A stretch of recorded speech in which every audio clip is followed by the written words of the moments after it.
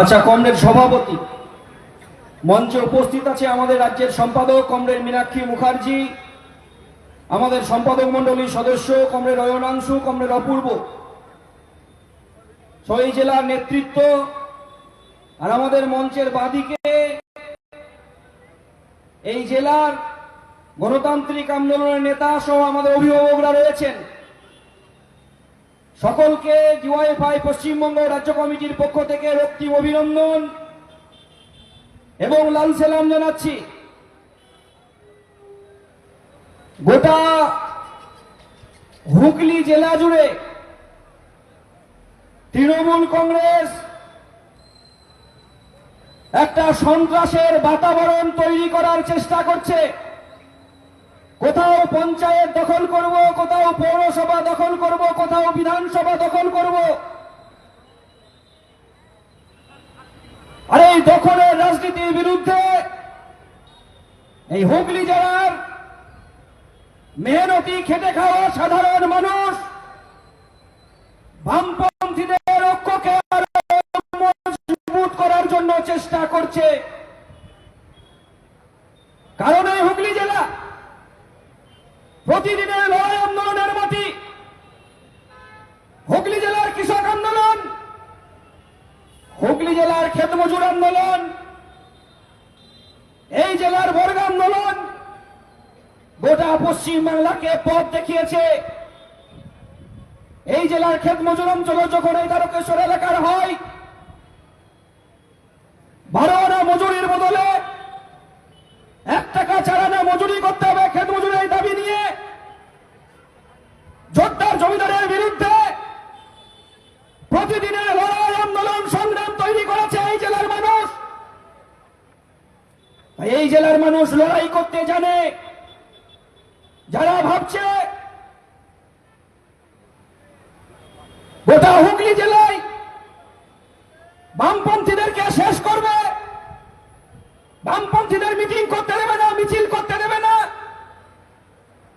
আবার বলছে নাকি মাইক আমাদেরকে খুলে নিতে হবে। বলুন তো, এই রাস্তাটা কারোর বাপের নাকি? কোন রাস্তায় কে মাইক লাগাবো এলাকার পুলিশ ঠিক করে দেবে? এই রাজ্যের বুকে কিছু থানা তৈরি হয়েছে, যে থানাগুলোয় এখন আর মেরুদণ্ডহীন প্রাণী খুঁজে পাবেন না। এখানে কয়েকটা ছাগলকে ছেড়ে দিয়েছে দিদিমণি, যারা দেখবেন গোটা অনুব্রত মণ্ডল যখন বোলপুরের ওসির এগেনস্টে তার মা তার বোন তুলে কথা বলছে, এই জেলার, এই রাজ্যের, এই পুলিশের যাদের মেরুদণ্ডহীন পুলিশগুলোর ক্ষমতা হচ্ছে না, অনুব্রতর গলায় একটা গামছা নিয়ে হিহি করে টেনে নিয়ে আসার এই মেরুদণ্ডহীন ছাগলগুলো তারা কি করছে? বলছে আমাদের মাইক খুলতে হবে। আর কারোর বাপের টাকায় মাইক লাগানো হয়নি। এই জেলার কমরেডরা মানুষের বাড়িতে বাড়িতে গিয়ে মানুষের কথাকে, জনগণের টাকা নিয়ে আজকের এই সমাবেশ হচ্ছে। কোন গরু বাজারের টাকাতেই সমাবেশ হচ্ছে না, কোন গরিব মানুষের টাকা চুরি করে সমাবেশ হচ্ছে না, কোন বালি বাজারের টাকায় সমাবেশ হচ্ছে না। সমাবেশ হচ্ছে এই জেলার গরিব খেটে খাওয়া মেহনতি মানুষের টাকায়। তারা বলছে আমাদের মাইক খুলে দেবে, আমাদেরকে নাকি মাইক খুলতে হবে। মনে রাখবেন, কারোর পারমিশন লাগে না। আমরা ইনসাফ সভা করেছি, কোন পুলিশের পারমিশন লাগেনি। পারমিশন ওদের কাছে কিসের জন্য নেব? জনগণ রাস্তা তৈরি করেছে, আর এই জনগণের রাস্তায় জনগণের দাবি নিয়ে আমরা কথা বলবো। পুলিশের বাপের হিম্মত থাকলে আমাদের সমাবেশকে বন্ধ করে দেখান। গোটা পশ্চিম বাংলার ইতিহাসে যারা চাইছে গোটা পশ্চিম বাংলার সাধারণ মেহনতি খেটে খাওয়া মানুষের উপর আক্রমণ করতে, কি হবে এই জেলায় কৃষি ব্যবস্থা? যখন আলুর চাষিরা ফসলের দাম পাচ্ছে না, সারে কালোবাজারি, প্রতিদিন গ্রামগুলো ধ্বংস হয়ে যাচ্ছে, গ্রামের অর্থনীতি প্রতিদিন ভেঙে পড়ছে। কি হবে? একটা সময় বামপন্থী ফন সরকার আসার পরে গ্রামীণ অর্থনীতি উন্নতি করার জন্য এই এলাকায় বর্গাদার পাট্টাদারের মাধ্যমে সাধারণ মানুষের মধ্যে জমি বিলি বন্টন, এক ফসলি জমিকে দু ফসলি, দু ফসলি জমিকে তিন ফসলি করা হয়েছিল, সারের দামকে কমিয়ে দেওয়া হয়েছিল। কম দামে সার কিনবে, বেশি পয়সায় কৃষকরা ফসল বিক্রি করবে। তৃণমূল আসার পরে কি করলো? সারে কালোবাজারি শুরু করলো। বামফ্রন্ট সরকারের সময় যে ইউরিয়াটা 5 টাকা কেজি কিনতেন, সেই ইউরিয়াটা আজকে 10 টাকা কেজি কিনতে হচ্ছে। বামফ্রন্ট সরকারের সময় 7 টাকা 8 টাকা কেজি ডিএপি, সেই ডিএপি আজকে 35 টাকা 40 টাকায় কিনতে হচ্ছে। যখন এই এলাকার চাষিরা আলু পোতেন তখন সেই কালোবাজারি সারের দাম 50 টাকা 60 টাকা কেজি হয়, আর যখন আলু বিক্রি করেন 5 টাকা কেজি, আলু চাষিরা আত্মহত্যা করছে।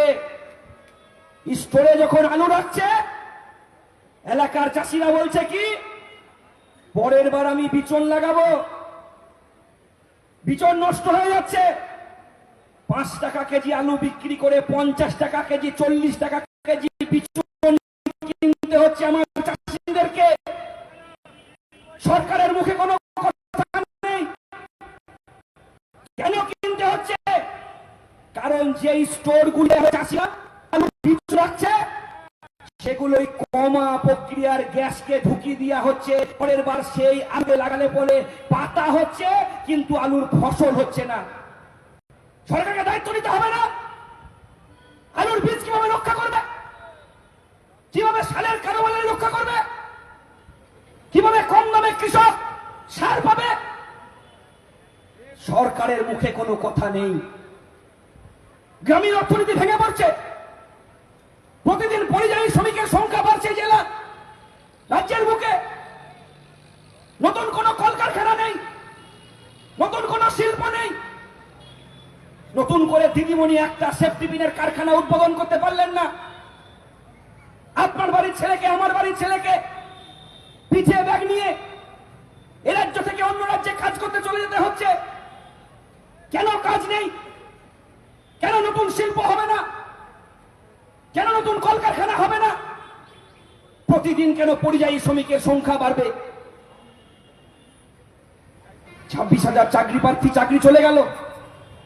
শুধু তাই নয়, এসএসসি পরীক্ষা হচ্ছে না। সরকারি জায়গায় চাকরি নেই, বেসরকারি জায়গায় চাকরি নেই। যে ছেলেরা শুধু মাকে বাবাকে একটু খাওয়াবে বলে সকালবেলায় টোটো চালাচ্ছে, বিকেল বেলাতে ডেলিভারি বয়ের কাজ করছে, কেউ গ্রামে গ্রামে খাবার পৌঁছে দিচ্ছে, কেউ বাড়িতে বাড়িতে ফ্ল্যাটে ফ্ল্যাটে খাবার পৌঁছে দিচ্ছে। আবার কোথাও কোথাও আমার পরিবারের ছেলেদেরকে চলে যেতে হচ্ছে বিভিন্ন ভাবে উপার্জন করার জন্য। এদের ভবিষ্যৎ কি হবে? এদের নিয়ে সরকারের মুখে কোনো কথা নেই। এদের নামে তালিকা কি হবে? এরা মোটরসাইকেল চালাতে চালাতে, খাবার বইতে বইতে, একটা টোটো চালাতে চালাতে, একটা ভ্যান চালাতে চালাতে যদি অ্যাক্সিডেন্ট হয়ে যাচ্ছে, এদের জীবনের কোনো নিশ্চয়তা নেই। যে পরিযায়ী শ্রমিক অন্য রাজ্যে কাজ করতে গিয়ে বিল্ডিং থেকে পড়ে মারা যাচ্ছে, তাদের জীবনের কোনো ভবিষ্যৎ নেই, নিরাপত্তা নেই। সরকারকে ভবিষ্যৎকে নিরাপত্তা দিতে হবে। সরকার কেন নিরাপত্তা দিচ্ছে না? এই দাবিতে আমাদের প্রতিদিনের লড়াই চলছে।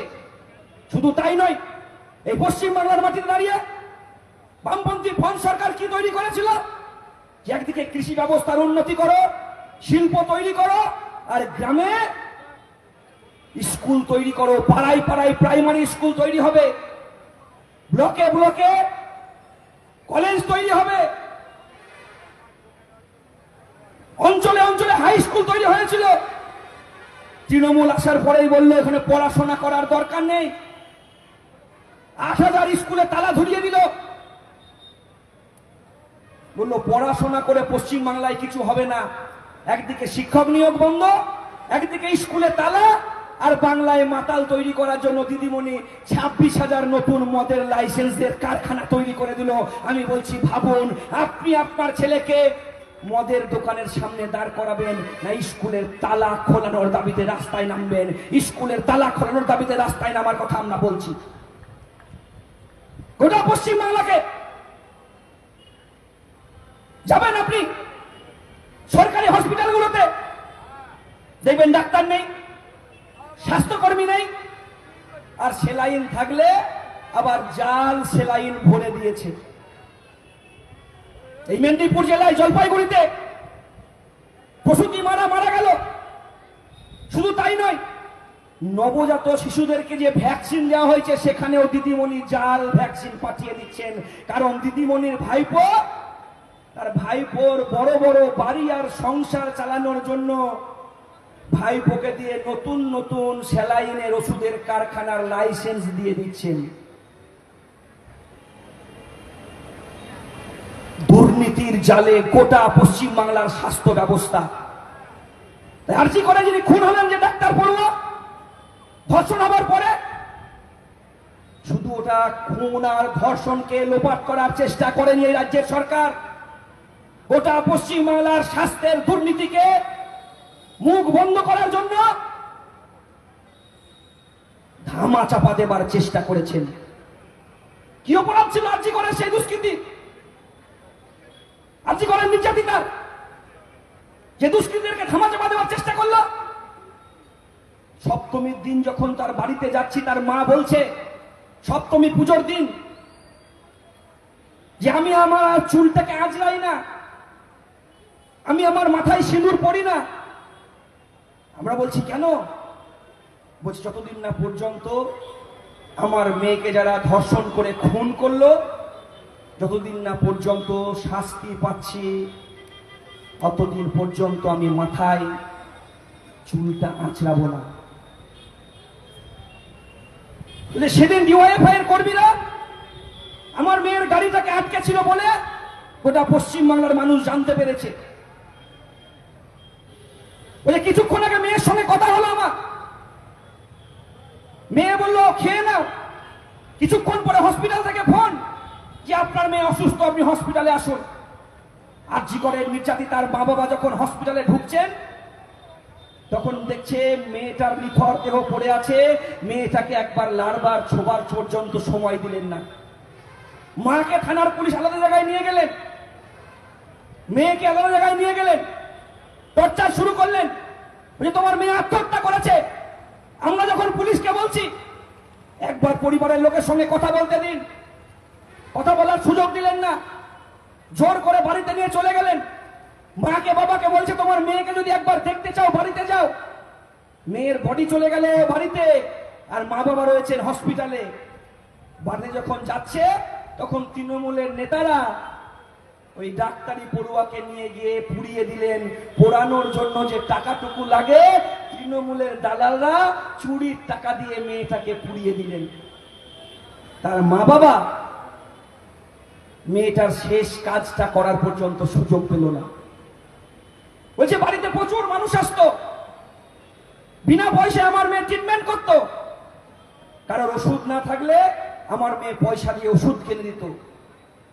পর 2 বছর আমার বাড়িতে দুর্গাপুজো হয়েছে, এবছর 3য় বছর। আমার মেয়ে শখ করে বাড়িতে দুর্গা প্রতিমা নিয়ে এসেছিল। আমার মেয়ে প্রতি বছর দুর্গাপুজোয় আত্মীয় স্বজন আসতো বাড়িতে, প্রদীপ জ্বলতো, আলো জ্বলতো, আর বাজনা বাজতো, আর মন্দিরে প্রতিমা আসতো। সপ্তমীর দিন তার মা আর বাবা বলছে এবছর আমার বাড়িতে প্যান্ডেল হয়েছে, লোকজন এসেছে, প্রদীপ জ্বলেছে, আলো জ্বলেছে, কিন্তু মন্দিরে প্রতিমার বদলে মাকে আর বাবাকে আত্মীয় স্বজনদেরকে নিয়ে মেয়ের দোষীদের শাস্তির দাবিতে সপ্তমী পুজোর দিন থেকে অবস্থানে বসতে হলো। এটাই হচ্ছে আমার পশ্চিম বাংলা। তাই ওই আরজি করের মা বাবার মতন গোটা পশ্চিম বাংলার মা বাবাদেরকে সাহস নিয়ে দাঁড়াতে হবে, প্রতিরোধের রাস্তা তৈরি করতে হবে। পশ্চিম বাংলায় প্রতিরোধ ছাড়া পশ্চিম বাংলায় বামপন্থীদের ভবিষ্যৎ আসবে না। কারণ বামপন্থী ছাড়া পশ্চিম বাংলায় বেকার ছাত্ররা কাজ পাবে না, বামপন্থী ছাড়া পশ্চিম বাংলায় শিক্ষার অধিকার ছাত্ররা ফিরে পাবে না। বামপন্থা ছাড়া পশ্চিমবাংলায় কৃষক তার ফসলের দাম পাবে না, বামপন্থা ছাড়া শ্রমিক তার গতরের মজুরি পাবে না, বামপন্থা ছাড়া আমার মা বোনেরা তাদের সম্মান ফিরে পাবে না, বামপন্থা ছাড়া কৃষক তার জমির অধিকার ফিরে পাবে না। তাই বামপন্থা প্রতিষ্ঠার লড়াইয়ে আসুন সবাই একসাথে লড়ি। সকলকে অভিনন্দন, লাল সালাম জানিয়ে আমি আমার কথা শেষ করছি।